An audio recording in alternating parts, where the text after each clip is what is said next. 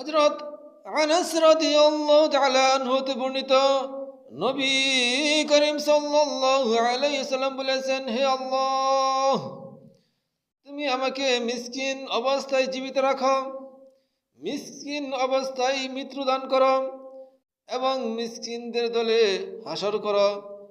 বিবি আয়েশা রাদিয়াল্লাহু আনহা বললেন, কেন ইয়া রাসূলুল্লাহ?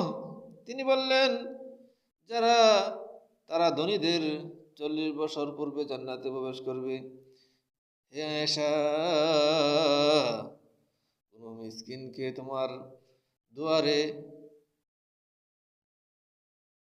দুয়ার হতে খালি হাতে ফিরিয়ে দিও না।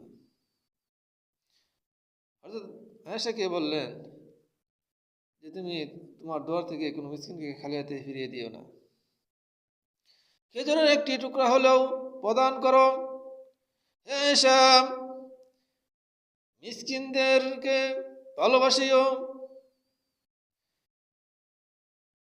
এবং তাদেরকে নিজের কাছে স্থান দিও, ফলে আল্লাহ তাআলা কিয়ামতের দিন তোমাকে নিকটে রাখবেন। তিরমিজি এবং বাহিকাতে হাদিসটি বর্ণিত হয়েছে। এই হাদিসের ব্যাখ্যায় আমরা বলতে পারি যে মিসকিন অবস্থায় থাকাকে রাসূল সাল্লাল্লাহু আলাইহি ওয়াসাল্লাম পছন্দ করতেন। কি জন্য করতেন? তারা হাসরের মাঠে ধনীদের 40 বছর পূর্বে জান্নাতে প্রবেশ করবে, সেজন্য।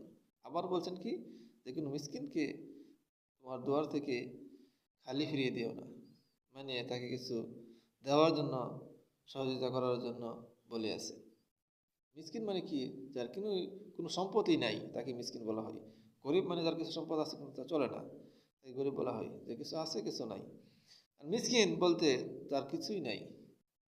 তাই রাসূল সাল্লাল্লাহু আলাইহি ওয়াসাল্লাম মিসকিনকে ভালোবাসতে বলে আছে।